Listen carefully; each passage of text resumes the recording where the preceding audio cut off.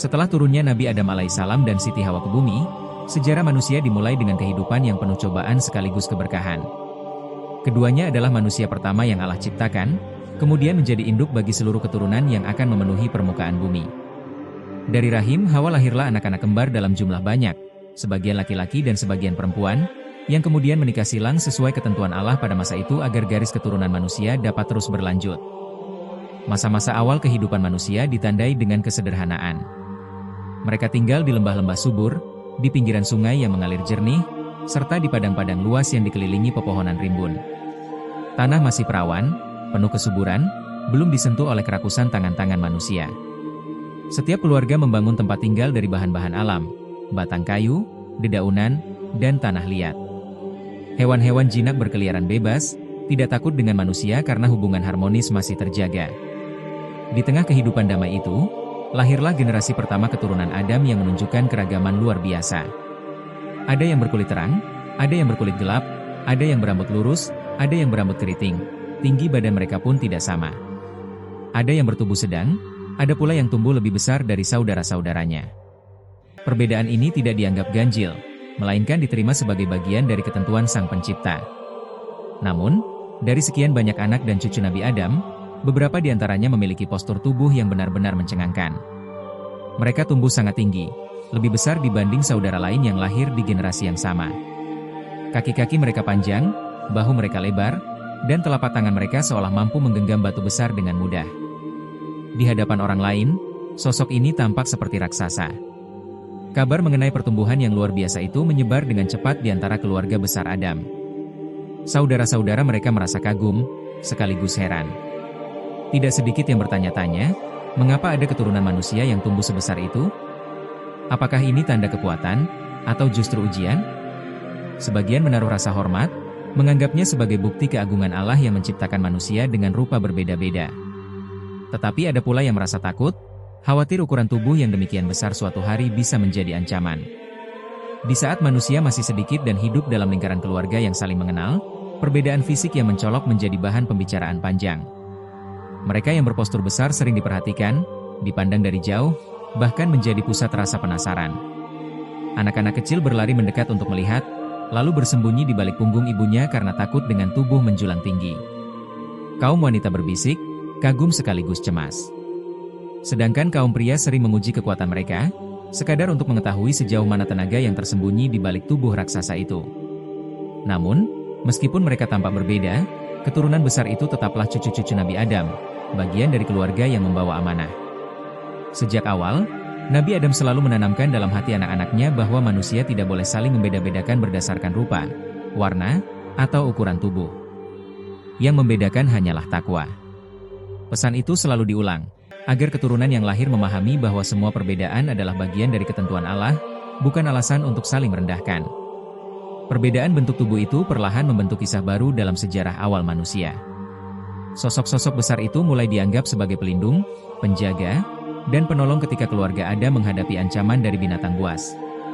Seekor singa atau serigala yang biasanya ditakuti, dapat dihadapi dengan keberanian oleh cucu-cucu yang bertubuh raksasa itu.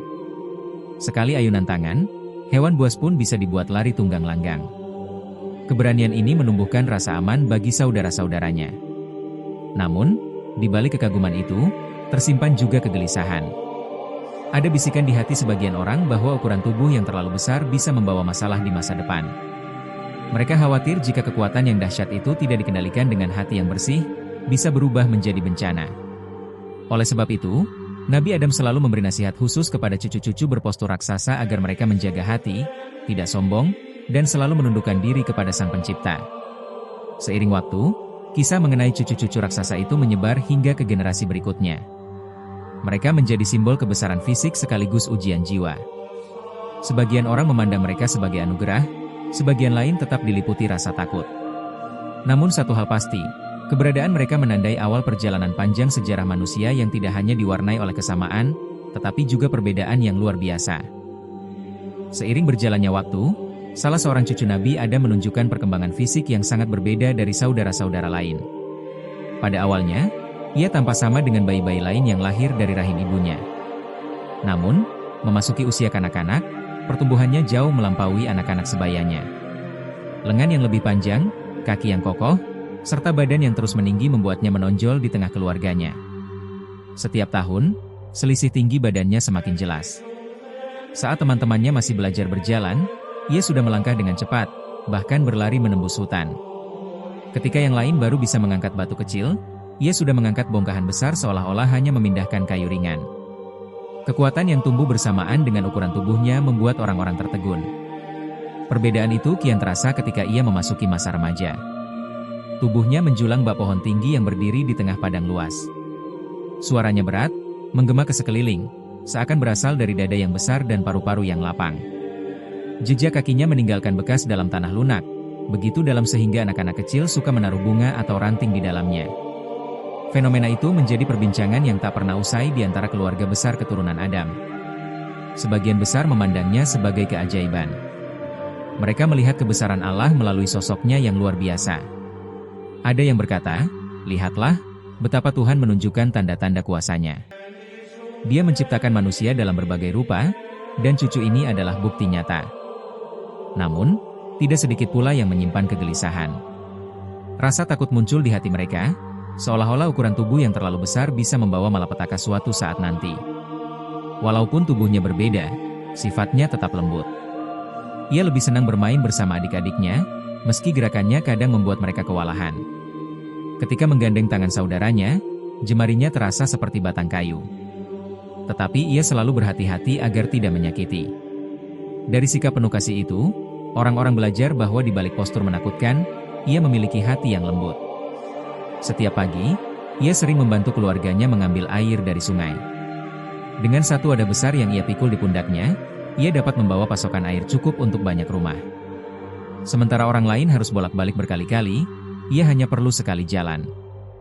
Hal itu membuat keberadaannya sangat dibutuhkan. Selain membantu, ia juga menjadi pengawal alami dari serangan binatang buas. Pernah suatu kali seekor singa besar menerkam kambing yang sedang digembalakan. Anak-anak panik, orang-orang dewasa berlari mencari perlindungan. Namun, ia maju tanpa ragu. Dengan tangan kosong, ia mengusir hewan itu hanya dengan bentakan keras dan gerakan cepat. Suara gemuruh dari mulutnya membuat singa itu mundur, lalu lari meninggalkan tempat tersebut. Sejak saat itu, orang-orang semakin yakin bahwa keberadaannya adalah karunia. Namun, meski kehadirannya membawa banyak manfaat, ia sendiri sering merasa terasing. Malam hari, ketika semua tertidur, ia duduk di tepi ladang memandangi bulan. Dalam hati ia bertanya, mengapa dirinya berbeda? Mengapa tubuhnya lebih besar, langkahnya lebih panjang, dan suaranya lebih keras daripada siapapun? Pertanyaan itu terus menghantuinya, hingga ia sering berdoa lirih, memohon penjelasan kepada Sang Pencipta. Doanya sederhana, agar tubuh besar yang ia miliki tidak menimbulkan bencana. Ia khawatir, jika suatu hari amarah menguasai dirinya, kekuatan itu bisa melukai orang lain. Ketakutan itu membuatnya berusaha lebih tenang, lebih sabar, dan selalu mengendalikan diri. Sejak kecil, ia belajar bahwa kekuatan sejati bukan terletak pada otot, melainkan pada kendali terhadap nafsu. Nabi Adam, sebagai kakek sekaligus teladan bagi semua keturunannya, memahami kegelisahan cucu tersebut. Beliau sering memberi nasihat, "Wahai anakku, ukuran tubuhmu hanyalah salah satu bentuk ciptaan Allah. Jangan sekali-kali kau sombong. Gunakanlah kelebihan itu untuk menolong, bukan menindas. Ingatlah, Allah tidak menilai besarnya badan, melainkan kebersihan hati." Petua itu tertanam dalam jiwa raksasa muda itu, menjadi pedoman ketika ia dewasa. Hari demi hari, ia tumbuh semakin tinggi. Dari kejauhan, sosoknya terlihat seperti tiang besar yang menjulang. Ketika ia berdiri di tengah kerumunan, orang-orang harus mendongakkan kepala untuk menatap wajahnya. Meski demikian, ia tetap rendah hati, tidak pernah meninggikan diri. Justru ia selalu merendah, membiarkan orang lain duduk di kursi terhormat, sementara dirinya lebih suka berdiri di belakang. Kehidupannya menjadi bukti nyata bahwa perbedaan bukan alasan untuk menimbulkan perpecahan. Ia yang bertubuh besar justru belajar lebih keras agar diterima. Ia mengajarkan kesabaran lewat perilakunya, menunjukkan bahwa meski berbeda, ia tetap bagian dari keluarga besar keturunan Nabi Adam. Pertumbuhan yang tidak biasa itu akhirnya menjadi cikal bakal legenda. Anak-anak menceritakan kisahnya dengan penuh kagum, sementara orang dewasa membicarakannya dengan rasa hormat bercampur waspada. Dalam catatan ingatan generasi awal manusia, Namanya selalu dikenang sebagai sosok pertama yang menunjukkan keajaiban ukuran tubuh di luar kebiasaan. Ketika kabar mengenai keberadaan seorang cucu Nabi Adam yang bertubuh luar biasa besar mulai tersebar, berbagai perasaan bercampur di hati para keturunannya. Ada yang merasa takjub, seolah menyaksikan keajaiban yang jarang dijumpai, ada pula yang dicekam perasaan ngeri, seakan-akan melihat bayangan ancaman yang tak terduga. Kehadiran sosok berperawakan menjulang itu menimbulkan perdebatan panjang di kalangan keluarga Adam, karena ukurannya yang jauh berbeda dari manusia pada umumnya. Banyak anak cucu Adam menatap dirinya dengan rasa heran. Ketika ia berjalan, bumi seperti bergetar oleh langkah-langkahnya. Pohon-pohon yang biasanya tampak tinggi, di sampingnya terlihat kecil seperti perdu. Wajahnya memancarkan cahaya keturunan mulia, namun ukuran tubuhnya membuat sebagian orang menganggapnya sebagai makhluk asing. Setiap kali ia lewat di sebuah pemukiman, bisik-bisik terdengar, antara rasa kagum sekaligus ketakutan yang sulit disembunyikan. Kaum yang melihatnya dari sisi positif menilai bahwa tubuh besar itu anugerah. Mereka beranggapan bahwa ia dapat menjadi pelindung yang tangguh, penjaga yang tak terkalahkan, dan benteng kokoh dari segala mara bahaya. Di dalam hati mereka tersimpan keyakinan bahwa Allah memberikan kelebihan tersebut sebagai tanda kebesaran, bukan sekadar perbedaan. Mereka percaya, selama ia berhati baik, maka kekuatannya akan menjadi manfaat. Namun, ada pula yang memandangnya dengan penuh curiga. Mereka berbisik di antara sesama, bagaimana bila kekuatan itu digunakan untuk menindas? Bagaimana jika tubuh besar itu justru membawa malapetaka? Kegelisahan tersebut berkembang menjadi perasaan takut, bahkan sebagian mulai menjaga jarak. Ada yang memilih bersembunyi di balik pepohonan, ada pula yang segera menutup pintu rumah ketika ia melintas. Ketidakpastian mengenai niat di balik kekuatan dahsyat itu menimbulkan keresahan. Di sisi lain, perbedaan perlakuan dari sesama keturunan Adam membuat batin sang cucu raksasa diuji. Ketika sebagian menyapanya dengan senyum hangat, sebagian lain menatap dengan waspada. Ada anak-anak kecil yang kagum melihat tangannya sebesar batang pohon, lalu berlari mendekat penuh semangat. Namun orang tua mereka cepat-cepat menariknya kembali, seolah takut jika sang raksasa itu kehilangan kendali. Situasi seperti ini berulang setiap kali ia berada di tengah keramaian. Ketika malam tiba, perasaan takut orang-orang semakin besar. Bayangannya yang panjang ketika terkena cahaya api unggun membuat banyak orang bergidik. Beberapa berusaha tidur dengan gelisah, membayangkan apa jadinya bila suatu saat ia marah. Namun di waktu bersamaan, ada kelompok kecil yang berdoa kepada Allah agar sosok besar itu dijadikan penjaga, bukan musuh. Pergulatan perasaan antara harapan dan kecemasan terus membayangi seluruh kaum. Meski begitu, dalam pergaulan sehari-hari, ia berusaha menunjukkan kelembutan. Setiap kali bertemu dengan saudara-saudaranya, ia menundukkan kepala agar tidak terlihat angkuh. Ia mencoba berbicara dengan suara yang pelan, meski tetap terdengar menggelegar. Kadang, ia memilih duduk di tanah supaya ketinggiannya tidak terlalu menakutkan. Tindakan sederhana ini membuat sebagian orang mulai luluh, menyadari bahwa di balik tubuh raksasa, tersimpan hati yang penuh kesopanan. Ada satu peristiwa yang meneguhkan keyakinan sebagian orang tentang kebaikannya. Ketika sebuah pohon besar tumbang menimpa sebuah gubuk kecil, ia dengan mudah mengangkat batang itu hanya dengan satu tangan, menyelamatkan keluarga di dalamnya. Orang-orang yang menyaksikan bersorak lega, menyadari bahwa tanpa kehadirannya, nyawa bisa melayang. Dari hari itu, cerita mengenai pertolongannya menyebar, membuat sebagian kaum mulai lebih percaya. Namun, meski sudah menunjukkan kebaikan, tidak semua bisa menerima. Ada kelompok kecil yang merasa keberadaannya adalah ancaman. Mereka mulai menyusun bisikan-bisikan buruk, menanamkan rasa curiga di hati orang lain. Bagi mereka, tubuh yang luar biasa besar tak bisa dipercaya sepenuhnya. Mereka beranggapan bahwa suatu saat kekuatan itu bisa berubah menjadi bencana yang meluluhlantakkan segalanya. Pertentangan batin antara rasa kagum dan rasa takut itu kemudian menjadi warna kehidupan para keturunan Nabi Adam. Di satu sisi, keberadaan raksasa itu menghadirkan inspirasi, menunjukkan kebesaran Allah yang mampu menciptakan makhluk dengan ukuran berbeda. Di sisi lain, rasa takut yang menggelayut membuat sebagian orang menjaga jarak, bahkan hingga menolak keberadaannya dalam pertemuan keluarga besar. Perjalanan sang cucu raksasa tidak pernah mudah. Ia harus menanggung pandangan penuh harap sekaligus pandangan penuh curiga. Meski begitu, ia tetap berusaha menempatkan dirinya sebagai bagian dari keluarga besar, tidak ingin terpisah dari keturunan mulia. Setiap langkah yang diambilnya adalah upaya untuk menyeimbangkan kekaguman dan ketakutan, dua sisi perasaan yang terus membayangi hidupnya. Akhirnya, masyarakat keturunan Adam sadar bahwa tubuh besar hanyalah salah satu bentuk ujian. Mereka yang beriman melihatnya sebagai tanda kebesaran Allah, sedangkan mereka yang dikuasai rasa takut menganggapnya ancaman. Dari sinilah muncul hikmah, bahwa manusia sering menilai dari rupa luar, padahal hakikat sejati hanya diketahui oleh Allah semata. Di balik tubuhnya yang menjulang tinggi, cucu Nabi Adam itu menyimpan rahasia batin yang tak diketahui banyak orang. Meski dari luar tampak gagah perkasa, di dalam hatinya ia sering merasa rapuh. Ukuran tubuhnya membuatnya berbeda, dan perbedaan itu menghadirkan ujian yang berat. Orang-orang di sekelilingnya kadang melihat dirinya bukan sebagai saudara, melainkan sebagai sesuatu yang asing. Ia berusaha tersenyum setiap kali dipandang dengan mata curiga, tetapi dalam kesendirian, ia kerap meneteskan air mata. Hari-hari dilaluinya dengan berbagai cobaan. Ketika membantu mengangkat beban berat, sebagian orang berterima kasih, namun ada juga yang berbisik penuh prasangka. Saat ia menawarkan tenaga untuk membangun tempat tinggal, ada yang menerima dengan gembira, tetapi ada pula yang menolak halus, khawatir kebaikannya disertai maksud tersembunyi. Kekecewaan itu menggerus perasaannya, membuatnya sering merenung panjang di tepi sungai atau di bawah pohon rindang. Dalam doa yang lirih, ia memohon kepada Allah agar dirinya diberi kekuatan menahan segala ujian. Ia tidak ingin tubuh besarnya menjadi sumber kesombongan, juga tidak ingin keberadaannya menimbulkan ketakutan. "Ya Rab," bisiknya, "jika Engkau menciptakan aku berbeda, maka jadikanlah perbedaan ini sebagai jalan menuju ridha-Mu." Doa itu terus dipanjatkannya, seakan menjadi satu-satunya penghibur di tengah rasa terasing.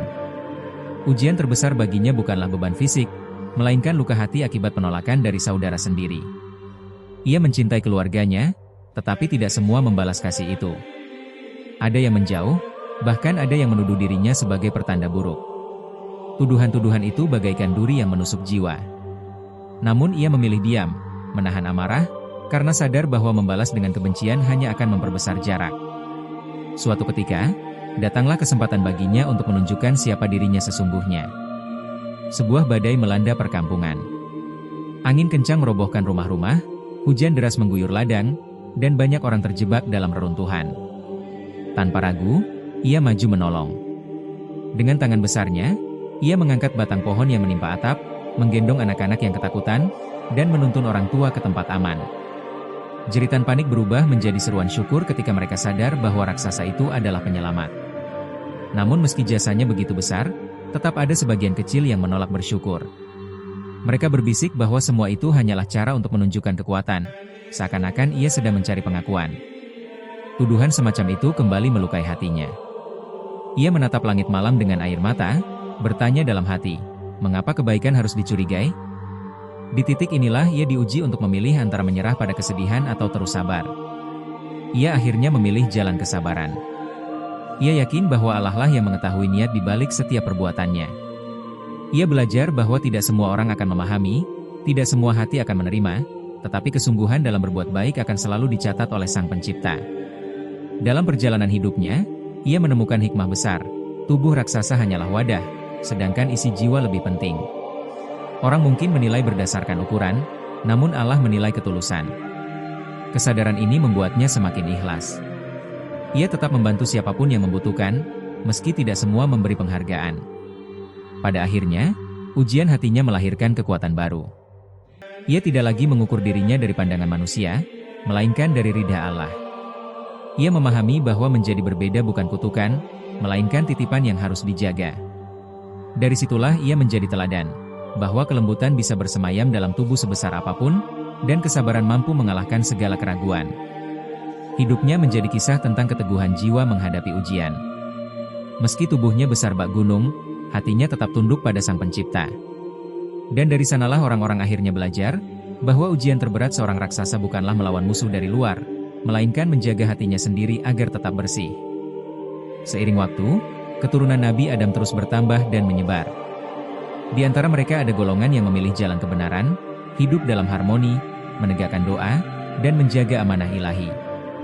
Namun, muncul pula sekelompok manusia yang dikuasai nafsu angkara murka. Mereka mulai menindas saudara-saudara sendiri, merampas makanan, memperbudak yang lemah, bahkan merusak ladang tanpa peduli akibatnya. Keserakahan membuat hati mereka buta, hingga tidak lagi mengenal kasih sayang. Kabar tentang kezaliman itu sampai ke telinga cucu Nabi Adam yang berperawakan raksasa. Ia mendengar tangisan kaum tertindas, melihat wajah-wajah pucat kelaparan, serta menyaksikan anak-anak bersembunyi ketakutan di balik tubuh ibu mereka. Hatinya tergetar. Meski banyak yang masih memandangnya dengan curiga, ia tidak mampu tinggal diam. Bagi dirinya, kekuatan besar yang Allah titipkan bukanlah untuk berbangga diri, melainkan untuk melindungi kebenaran. Malam itu ia berdoa panjang, memohon petunjuk. Dalam kesunyian ia berlutut, mengangkat kedua tangannya yang sebesar cabang pohon, lalu berkata lirih, "Ya Allah, jika Engkau berkehendak, jadikanlah kekuatanku ini sebagai perisai bagi mereka yang lemah. Jangan biarkan kesombongan merusak niatku." Setelah itu ia bertekad, besok pagi ia akan menghadapi kaum zalim yang selama ini meresahkan. Ketika fajar menyingsing, ia melangkah menuju perkampungan tempat para perampas berkuasa. Langkahnya menggetarkan tanah, suaranya menggelegar saat ia memanggil para penindas keluar dari persembunyian. Orang-orang durhaka itu semula mengejek. Mereka melihat tubuhnya yang besar sebagai ancaman, tetapi juga peluang untuk menguji kesombongan mereka. Beberapa di antaranya berlari mengambil senjata, sementara sisanya menyorakinya dengan teriakan penuh amarah. Pertarungan pun tak terhindarkan. Dengan tubuh menjulang, ia menahan serangan batu, tombak, dan kayu. Namun setiap kali pukulan mendarat di tubuhnya, ia tidak membalas dengan amarah buta. Ia hanya mengayunkan tangan seperlunya, menjatuhkan senjata dari tangan lawan, atau mendorong mereka agar tersungkur tanpa nyawa melayang. Meski tubuhnya bisa menghancurkan apapun, ia menjaga agar tindakannya tidak melebihi batas. Perlawanan kaum zalim semakin sengit. Mereka bekerja sama, mencoba menjatuhkan sang raksasa dengan tipu daya. Ada yang menggali lubang besar, berharap ia terperosok, ada pula yang menyalakan api untuk menakut-nakutinya. Namun dengan kesabaran, ia mampu melewati semua itu. Ketika salah satu anak kecil hampir terbakar oleh api yang disulut para perusuh, ia segera melompat, melindunginya dengan tubuhnya sendiri. Adegan itu membuat sebagian orang yang menyaksikan tertegun. Hari-hari berikutnya, pertempuran berlanjut. Kaum zalim tidak mudah menyerah, sementara sang raksasa terus bertahan. Ia sadar bahwa perjuangan ini bukan sekadar pertempuran fisik, melainkan juga ujian iman. Jika ia marah, maka ia sama saja dengan mereka. Karena itu, setiap gerakannya disertai zikir. Dalam setiap dorongan tangannya, ia mengingat nama Allah, agar tindakannya tetap dalam batas keadilan. Akhirnya, setelah banyak hari berlalu, kekuatan kaum zalim melemah. Sebagian mulai ketakutan, sebagian lain menyerah, dan sisanya melarikan diri ke hutan. Mereka yang sebelumnya berani bersikap angkuh kini tertunduk, menyadari bahwa kesombongan mereka tidak sebanding dengan kekuatan yang berasal dari Allah. Sang cucu raksasa tidak mengejar mereka, ia hanya berdiri tegak, mengingatkan dengan suara lantang, "Ketahuilah, kekuatan bukan untuk menindas, melainkan untuk menjaga. Siapapun yang melampaui batas akan binasa oleh perbuatannya sendiri." Ucapan itu menggema, membuat hati banyak orang terguncang. Bagi kaum tertindas, sosok besar itu kini bukan lagi sekadar makhluk yang berbeda, melainkan pahlawan yang dikirim untuk menyelamatkan mereka. Tangis syukur pun pecah, doa-doa dipanjatkan, dan untuk pertama kalinya, ia merasakan pelukan tulus dari saudara-saudara yang dahulu menjauhi. Namun bagi dirinya, kemenangan itu bukan alasan untuk berbangga.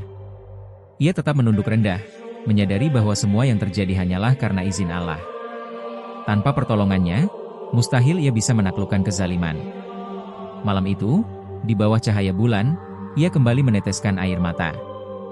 Bukan karena sedih, melainkan karena haru. Ia menyadari bahwa ujian besar yang ia jalani akhirnya menjelma menjadi bukti bahwa tubuh besar tidak berarti apa-apa jika tanpa kerendahan hati. Kisah pertarungan itu menyebar luas.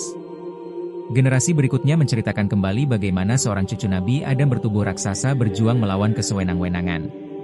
Dari cerita itu lahirlah pelajaran penting, bahwa kekuatan sejati bukan terletak pada otot, melainkan pada kesabaran, keberanian menegakkan kebenaran, serta kerendahan hati dalam menggunakan karunia Allah. Kemenangan sang cucu Nabi Adam melawan kaum zalim tidak berhenti sebagai kisah sehari. Peristiwa itu menjadi buah bibir, menyebar cepat melewati lembah, padang, sungai, hingga pegunungan. Mereka yang menyaksikan langsung bercerita dengan mata berbinar, sementara yang hanya mendengar dari mulut ke mulut menambahkan bumbu-bumbu imajinasi. Seiring berjalannya waktu, cerita itu berubah menjadi legenda. Di sebuah pemukiman, orang-orang menceritakan bagaimana tubuhnya setinggi pepohonan purba. Di tempat lain, mereka menggambarkan bahwa ia mampu melangkah sejauh bukit hanya dengan 3 langkah. Ada pula yang bersaksi bahwa tangannya sanggup merobohkan batu besar seperti kerikil. Gambaran-gambaran itu, meski sering dilebih-lebihkan, menegaskan bahwa ia bukan sosok biasa, melainkan tanda kebesaran dari Allah. Anak-anak mendengarkan kisah itu dengan mata terbelalak. Setiap malam di sekitar api unggun, para tetua menceritakan keberanian sang raksasa dengan suara bergetar penuh wibawa. Anak-anak membayangkan sosok besar yang berhati lembut, melindungi kaum lemah dari penguasa jahat. Dari mulut ke telinga, dongeng itu berubah menjadi cerita rakyat yang diwariskan lintas generasi. Para pengembara yang melintasi berbagai daerah juga membawa cerita serupa. Mereka menuturkan bagaimana seorang keturunan Adam dengan tubuh luar biasa mengangkat batu raksasa hanya dengan sekali genggaman, atau bagaimana ia menahan badai dengan berdiri tegak, melindungi puluhan orang di bawah bayangannya. Cerita itu berkembang menjadi simbol bahwa kekuatan fisik dapat digunakan untuk kebaikan jika hati tetap tunduk kepada Sang Pencipta. Namun tidak semua orang percaya begitu saja. Ada yang meragukan, menganggap kisah itu hanya dongeng untuk menakut-nakuti anak kecil. Ada pula yang menuding bahwa cerita tersebut hanyalah hasil rekayasa orang-orang yang ingin mengagungkan keturunan tertentu. Perdebatan pun muncul di berbagai kalangan. Apakah benar ada manusia sebesar itu? Atau hanya imajinasi? Meski banyak keraguan, cerita itu tetap hidup. Bahkan, semakin banyak orang membicarakan, semakin kuat pula legenda itu melekat dalam ingatan. Seiring waktu, sosok raksasa cucu Adam menjadi simbol perlawanan terhadap ketidakadilan. Bagi kaum tertindas, kisah itu adalah sumber harapan. Mereka percaya, selalu ada pelindung yang Allah kirimkan ketika mereka berada dalam kesulitan. Di beberapa daerah, muncul tradisi unik. Setiap kali ada perayaan syukur, orang-orang membuat patung kayu besar yang menggambarkan tubuh raksasa, lalu mengisahkan kembali keberaniannya kepada anak-anak. Ada pula yang menulis puisi, melukiskan bagaimana ia menundukkan dirinya meski memiliki kekuatan luar biasa. Dalam bait-bait syair itu, ia digambarkan sebagai raksasa yang berhati selembut embun. Legenda itu bahkan merambah ke negeri jauh. Pedagang dari tanah lain yang mendengar cerita membawanya pulang, lalu menyampaikannya dengan bahasa mereka sendiri. Kisah itu berkembang dengan variasi berbeda. Ada yang menambahkan bahwa sang raksasa mampu berbicara dengan hewan, ada pula yang menggambarkan ia bisa melompati gunung. Meskipun tidak semuanya sesuai kenyataan, inti cerita tetap sama, ia adalah sosok besar yang memihak kebenaran. Di tengah popularitas legenda tersebut, sang cucu Nabi Adam tetap hidup sederhana. Ia tidak pernah menganggap dirinya tokoh besar. Bahkan, ketika mendengar cerita-cerita dilebih-lebihkan, ia hanya tersenyum kecil. Dalam hatinya ia berbisik, manusia sering menambah kisah sesuai imajinasinya. Namun Allah mengetahui apa yang benar. Ia tidak pernah ingin dianggap dewa, karena ia sadar dirinya hanyalah hamba. Namun, keberadaan legenda itu membawa hikmah yang mendalam. Generasi demi generasi terinspirasi untuk menegakkan keadilan. Anak-anak tumbuh dengan keyakinan bahwa keberanian harus digandeng dengan kelembutan, bahwa kekuatan tanpa ketakwaan hanyalah kesombongan. Setiap kali mereka mendengar kisah sang raksasa, hati mereka tergugah untuk menjaga akhlak. Akhirnya, cerita tentang cucu Nabi Adam yang raksasa menjadi bagian dari sejarah panjang umat manusia. Meskipun detailnya berubah-ubah, pesan utamanya tidak pernah hilang. Manusia, sekecil atau sebesar apapun, tetap memiliki tanggung jawab untuk menjaga bumi, melawan kezaliman, dan merendahkan diri di hadapan Allah. Legenda itu terus bergema, bahkan hingga zaman jauh setelahnya. Seolah suara dari masa lalu, kisahnya mengingatkan bahwa ukuran tubuh hanyalah titipan, sedangkan yang abadi adalah amal baik dan ketulusan hati. Dengan begitu, warisan sang cucu raksasa bukan hanya cerita, melainkan cahaya yang terus menuntun manusia agar tidak tersesat di jalan kebanggaan semu. Keberadaan cucu Nabi Adam yang bertubuh raksasa meninggalkan pertanyaan mendalam bagi generasi setelahnya. Mengapa Allah menciptakan sebagian manusia dengan ukuran yang tidak lazim? Apa makna di balik perbedaan itu? Pertanyaan-pertanyaan tersebut menggugah banyak hati, hingga para tetua, ulama, dan pemikir mencoba mencari jawaban. Sebagian berpendapat bahwa tubuh besar adalah tanda kebesaran Allah. Melalui sosok raksasa, Allah ingin menunjukkan bahwa Dia berkuasa menciptakan apapun sesuai kehendaknya, melampaui imajinasi manusia. Manusia yang kecil tak bisa menyamai kekuasaannya, sementara yang besar pun tetap bergantung kepadanya. Dengan demikian, ukuran hanyalah sarana untuk menegaskan kemahakuasaan Sang Pencipta. Ada pula yang menafsirkan bahwa keberadaan tubuh raksasa merupakan ujian. Bagi pemiliknya, itu adalah cobaan agar ia tetap rendah hati meski memiliki kekuatan luar biasa. Bagi orang-orang di sekitarnya, itu juga ujian. Apakah mereka mampu menerima perbedaan tanpa rasa takut, atau justru terjebak dalam prasangka.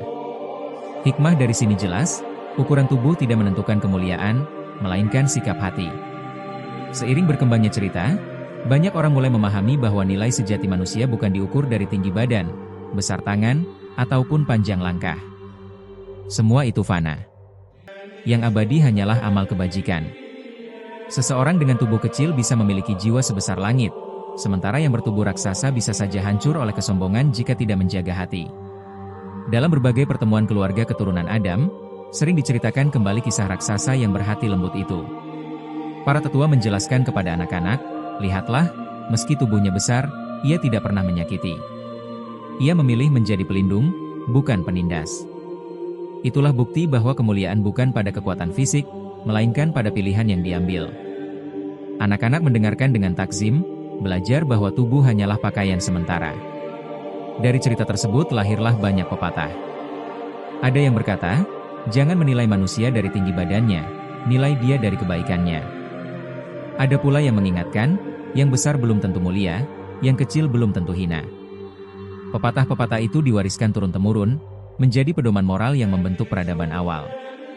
Sementara itu, sebagian kelompok menggunakan kisah ini sebagai bahan renungan spiritual. Mereka meyakini bahwa keberagaman bentuk tubuh manusia adalah cermin keragaman ciptaan Allah. Tidak ada yang diciptakan sia-sia. Setiap perbedaan membawa pesan, bahwa manusia harus belajar menerima, bersyukur, dan saling melengkapi. Raksasa tidak bisa hidup sendiri, begitu pula yang kecil tidak bisa berdiri tanpa bantuan. Raksasa cucu Adam sendiri menjadi teladan nyata. Ia tidak pernah menggunakan tubuh besarnya untuk menakut-nakuti. Sebaliknya, ia menjadikan kekuatan itu sebagai sarana menolong. Sikapnya menunjukkan bahwa kelebihan apapun, jika tidak diiringi kesabaran, akan berubah menjadi bencana. Namun bila dipandu takwa, kelebihan itu bisa menjadi rahmat bagi banyak orang. Hikmah lain yang lahir adalah kesadaran bahwa perbedaan fisik mengajarkan kerendahan hati. Manusia tidak boleh membanggakan tubuhnya, karena cepat atau lambat, semua akan rapuh dimakan usia. Yang kuat akan melemah, yang tinggi akan rebah, yang gagah akan runtuh.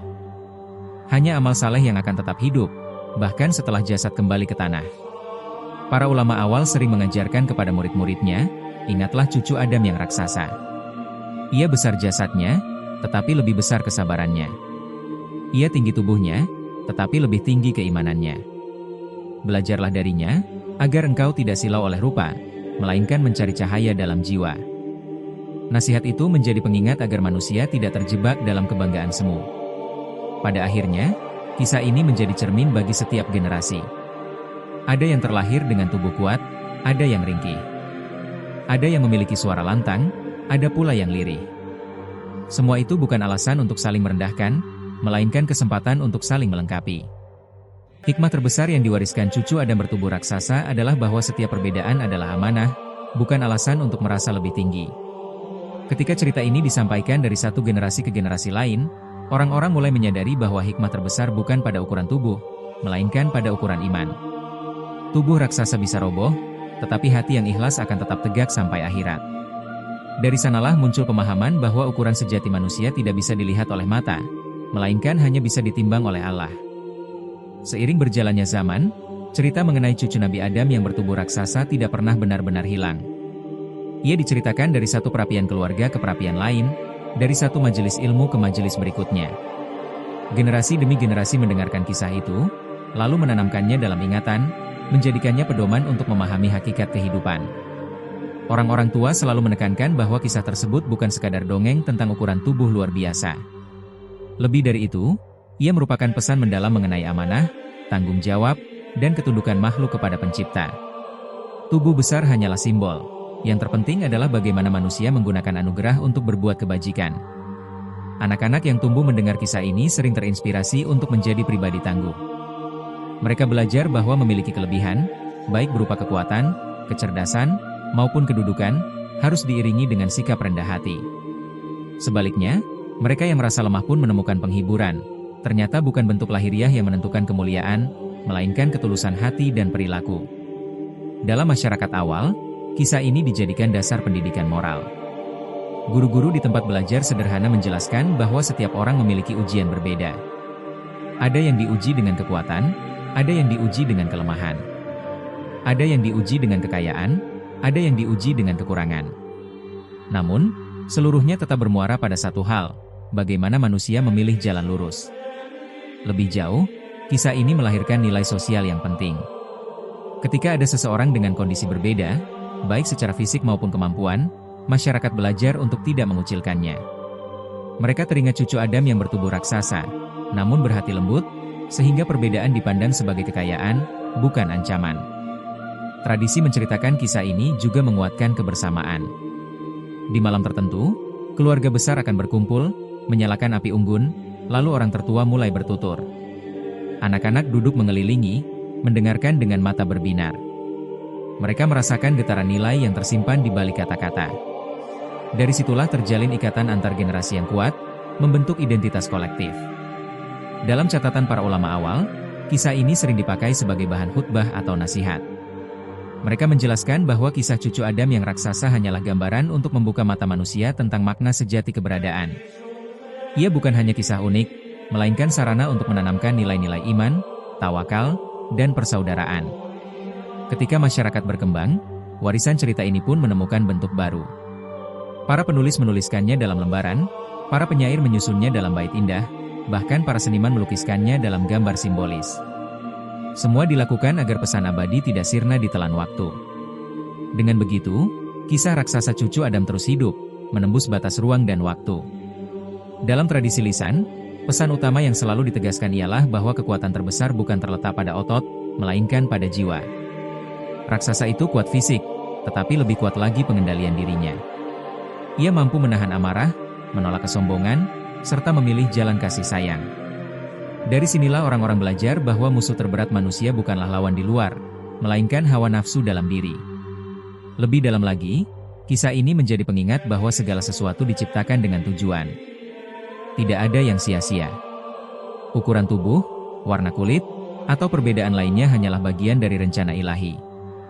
Dengan menyadari hal ini, umat manusia diajak untuk hidup saling menghormati, menghargai keberagaman, dan menyatukan kekuatan demi kebaikan bersama. Bagi sebagian orang, cerita ini juga menjadi sumber keberanian. Ketika menghadapi tantangan, mereka mengingat raksasa cucu Adam yang tetap rendah hati meski memiliki kekuatan luar biasa. Itu menanamkan keyakinan bahwa setiap orang, sekecil apapun dirinya, bisa menjadi pelindung bagi sesamanya jika bersandar kepada Allah. Seiring masuknya era baru, kisah ini tetap dipertahankan. Di sekolah-sekolah tradisional, para guru tetap menuturkannya. Di rumah-rumah, orang tua terus mengajarkannya. Bahkan di pasar atau tempat pertemuan masyarakat, cerita itu sesekali muncul sebagai pengingat agar manusia tidak terjebak dalam kebanggaan semu. Akhirnya, warisan paling berharga dari kisah cucu Adam bertubuh raksasa adalah kesadaran bahwa ukuran sejati manusia bukan pada tinggi badan atau panjang langkah, melainkan pada luasnya kebaikan. Nilai inilah yang terus diwariskan, membentuk peradaban, dan menjadi bagian dari sejarah panjang umat manusia. Maka, setiap kali generasi baru lahir, mereka akan tetap mendengar cerita itu. Mereka akan terus mengingat bahwa meski ada cucu Adam yang berwujud raksasa, yang menjadikannya istimewa bukanlah tubuhnya, melainkan hatinya.